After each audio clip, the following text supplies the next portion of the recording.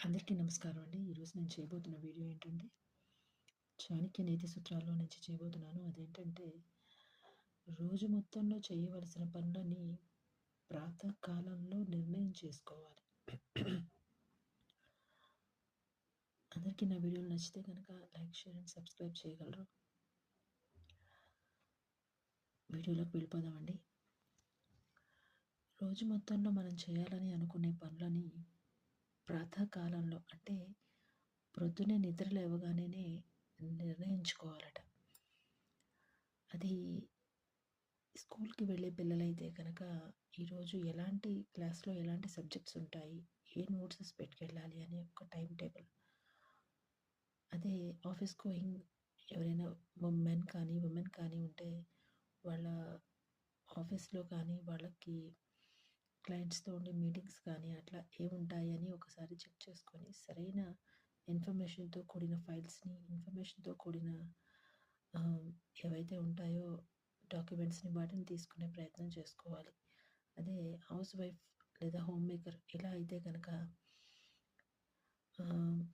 ఎలాంటి భోజనం దగ్గర నుంచి, టిఫిన్ దగ్గర నుంచి, నైట్ డిన్నర్ వరకు ఎలాంటివి ఉంటాయనేది ముందుగానే ప్రిపేర్డ్‌గా ఉంటే టెన్షన్ లేకుండా, అలాగే ఎలాంటి ఇబ్బంది లేకుండా పని అనేది అయిపోతూ ఉంటుంది. వాళ్ళకి మాత్రమే ఇంతవరకు వీళ్ళకి మాత్రమే కాదండి. బిజినెస్ చేసే వ్యక్తులకైనా సరే ఎలాంటి మీటింగ్స్ ఉంటాయి, ఎలాంటి క్లయింట్స్‌ని కలవాలి, దేనికి సంబంధించి మనం పనులు చేయాలి అనే ఒక సరైన అవగాహన ఉంటే కనుక, సరైన నిర్ణయం చేసుకునే ఒక పద్ధతి ఉంటే కనుక ప్రతి పనిలో సక్సెస్ సాధించవచ్చు. అది ఓన్లీ ఇప్పుడు నేను చెప్పిన లిస్టే కాదండి. జీవితంలో ప్రతి మనిషి కూడా ఒక పద్ధతి ప్రకారం, ఒక లిస్ట్ ప్రకారం ఫాలో అయితే కనుక, ఏం చేయాలనే ఆలోచన ఉంటే కనుక లక్ష్య సాధనకి అది చాలా ఈజీ అయినా చాలా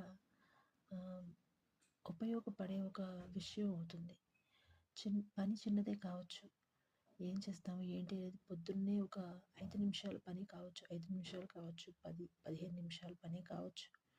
పని చిన్నదే కానీ ఆ మనిషికి ఇచ్చే రిజల్ట్ చాలా గొప్పగా ఉంటుందండి.